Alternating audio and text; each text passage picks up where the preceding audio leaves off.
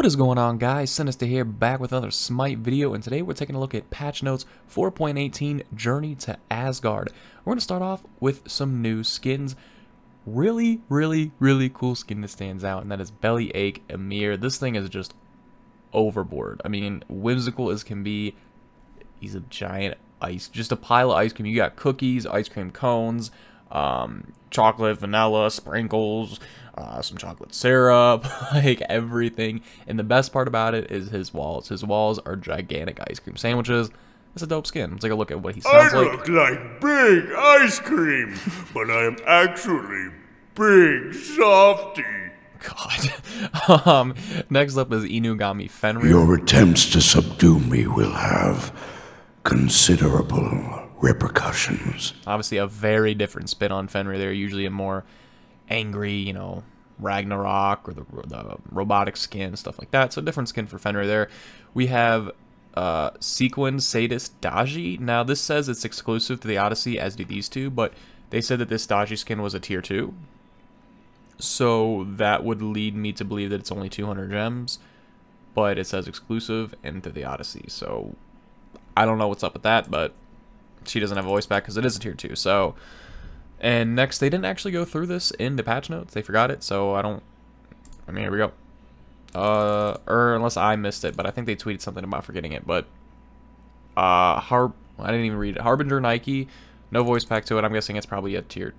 No, I was gonna say tier 2, but that weapon's really different. I don't know. I'd really like to see what it looked like in game. I'll obviously keep an eye on lookouts for videos later on today or the next day, depending on when the PTS is released. But I'll be doing skin reviews on all of these. Possibly last patch, I wasn't able to do any skins because they didn't release the Odyssey with the PTS, like, for some reason on day 1. It was weird, so I couldn't get any of the skins out, but that's beside the point. We're getting into the actual patch now. The purchasable items are 20% off during this patch only, so once 4.19 comes out, this offer will end, obviously. So 20% off the SMITE Time Global Emote, Bellyache Ymir, and Inugami Fenrir. So, or Inugame Fenrir, I should say, depending on how that's pronounced. I don't know how much these are going to be. They're 20% off, but they're exclusive. I don't know if they're chest rolls. They're Odyssey. We'll have to see how that goes. Bonus items will be the Sequin Sadist Daji. So my guess is you just buy these and you get that as a reward. I don't know. 7 new Norse quests, Norse Conqueror achievement, and awards to the Norse learning screen. Hachiman has his achievements. First one's pretty hard. Mounted archery, you got to get 5 enemies with 1 at once using his ult. So that you almost have to play him in assault or clash and have like a team fight going on kind of deal. But I mean, I guess you don't have to as long as there's a team fight happening. But even then, it's not like everyone's going to sit there and watch as this, you know, giant man on a horse comes at you. So I don't know. That looks like a hard one to me, but it could be easy. I don't know. Number 1, Stunna, as Hachiman stun 2 enemy gods using 1 of his Laijutsu ability. Laijutsu. Project Olympus having some updates here, or additions I should say. I'm not going to read through all these. You can go ahead and pause that and read it if you want. More miscellaneous items with fixes and stuff like that. And some bug fixes to Malice. The description of the item to be more consistent with other items. Rod of Asclepius. The text for the buff icon and updated description involving the item to be more consistent. So Malice and Rod of Asclepius, obviously something there. Sound effects for Opwash. Basic attack fixes for, or sorry, sound effect for Amazenka. Basic attack fix for Opwash. Shock gets Storm Tech shock sound effect fix. Fenrir, Kronos, Hachiman. If you really want to read these, you can. This isn't part of the gameplay. These are bug fixes. These aren't any things that should be in the game. These are things that shouldn't have been in the game and they had to redo. Wow, there's a lot this patch. Holy crap. Okay, so there's all of those. Item balances. Now we're getting into the good stuff. Antstyle. Increase its physical power from 25 to 40 and then decrease its magical protection by 10. So changing it some big. You get, obviously, I think overall a puff to it. I don't see a lot of Antstyle being played, so that makes sense. Physical power up by 15 points. That's a good bit. And then, you know, to compensate for that, you got to decrease the magical protection a little bit. But 50 magical protection is still good. It's not like 60 was needed on that item. Atlantis Bow. Now increase the attack speed by 5%. So a little buff there. Kronos Pendant. Decreases cost from 2,900 to 2,750. I remember Last time I really remember Chronos Pendant being like the it thing was when it was the it thing. Everyone, it was a must. If you were playing a mage and you didn't get Chronos Pendant, it was just, what are you doing? And then come season 4, they upped the price of it and changed it a little bit, changed the passive on it, kind of made it a pretty much new item. And now they're just going to reduce cost a little bit to make up for a little bit. So hopefully find a home in some core builds and stuff like that, like they used to with mages. Witchblade removes 15% lifesteal, but it added 10% cooldown reduction. So I don't know. I don't see where this is gonna be useful. The lifesteal, there's already lifesteal. I've never been a fan of Witchblade. Now I'm just an even less fan. I don't know. It's more of a personal thing with me. I've just never really cared for the item like at all. And I've never got the meta with it when it wasn't everyone like liked it. But removing the lifesteal, I'm a big fan of lifesteal, so I like the lifesteal on it. It made it a little more fun for me. And now you just add cooldown to it. You can get cooldown in so many different ways. There's really no need for cooldown items. I don't know. RTO. D getting some nerfs here. Rightfully so, because I don't think she got any. I think she got like one little one last patch, maybe. I don't know, but decreased her protection buff from 3% to 2% on Decompose, and Life Tap gets an increased cooldown by 2 seconds. So some nerfs there. Kamazotz, he's become a dominant jungle pick with his high sustain. Obviously, he's always had high sustain. Screech decreased its physical power buff. It used to scale from 20 to 40, now scales from 10 to 30, so 10 off on each rank there. Vampire Bats decreased its initial damage. Used to scale from 70 to 270, is now 70 to 230. So first is the same, second level is 10 less, third level is 20 less, 30 and 40. So 10 less each time per rank for Vampire Bats. So some nerfs there to both Kamazotz and R2. They're trying to single out those high picks there. Kuzenbo decreases cooldown on his Sumo Slam. Used to be 16 seconds to 12 seconds. Is now 12 seconds at all ranks. So a nice buff for him there. No longer having to, you know, that's usually the last thing people upgrade. Well, yeah, generally the last thing people upgrade. So now you'll just have that 12-second cooldown at all times. And his Water Grave decreased the cooldown from 100 seconds to 75 seconds. I get that. I don't think his ultimate's that impressive anyway. I've never been a huge fan of it. It's kind of fun, but it just doesn't...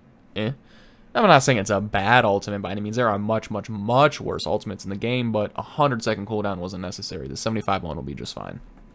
Ratatasker. Flurry increases his physical power scaling from 20% to 25% per tick, and then increased protection shred used to scale 2, 2, 3, 3, 4 is now 2, 3, 4, 5, 6.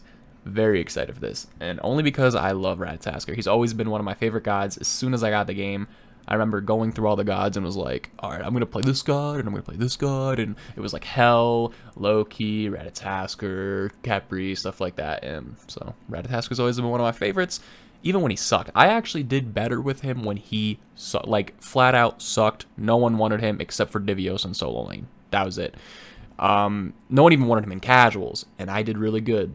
And then they got the rework, and I wasn't a fan of it. I don't like stopping on impact. I like being able to throw out the acorns and double dash through people, but I don't know. So anytime I see a buff on Ratatasker, I'm down for it. Scotty. Rune of the Hunt. Decreased Calder's dash damage from 100 to 150%. Is now 70 to 130%. So huge nerf on Calder right there. Of Scotty's basic damage, of course. And then add a description of this ability to clearly state Calder's damage. Permafrost decreased its radius. Used to be 16 to 24, is now 16 to 20.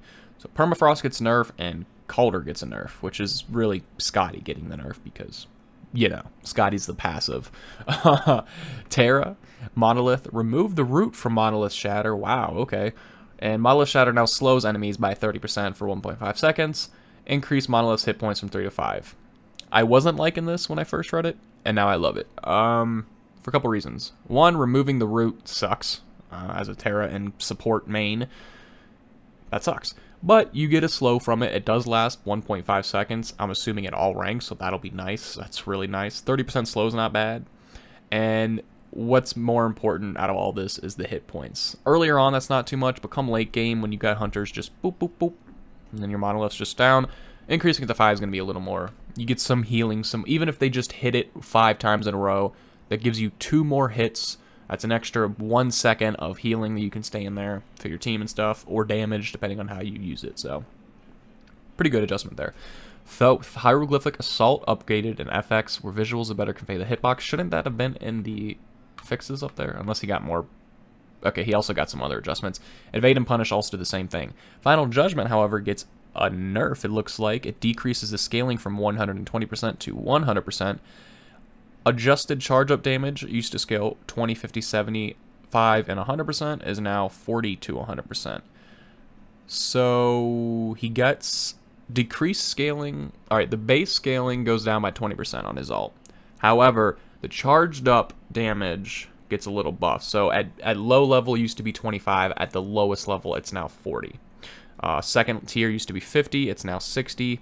Third tier used to be 75. Is now 80. And then the final tier is 100%. So you don't get the base scaling as much anymore, but you're penalized a little bit less for not charging up the ult as much. So I would say balanced it out. It was a nerf and a buff, and it kind of just balanced his ult, so it's not a thought. Tier, decreased the mana cost on his Fearless. Used to scale from 60 to 80 and is now set 50 to 70. So I actually haven't played Tier in a while. Tier's one god I really wish I could play. I either do like pretty decent and I'll just set up everybody, or I just whiff everything. And there's no in between. So I just kind of given up on Tier. Decreased mana cost, we already went over that. So some buffs there. But oh, some double buffs. I almost thought that was a nerf on the second one, but it decreases cooldown on his change stance. Used to be 14 to 10, is now 12 to 10. So early game Tier, wow, Tier. I'm excited. I might have to play some Tier now just because of that. This is really only going to be a big deal come early game solo lane, but like Tier early game solo lane is the thing. So that'll be interesting to see how that plays out. And that is going to wrap up everything for this patch, guys. If you enjoyed it, be sure to subscribe for more content and drop a like if you want to. The patch notes will be in the description, so you can go ahead and click that link and look at this yourself. Look at the pictures, voice lines, read everything in depth if you want, rather than pause the video. And that's it, guys. Be on the lookout for the skins, like I said. Hopefully the PTS will be out today and I can get those skins and I'll actually be able to buy them. So that is it, guys. Until next time, peace.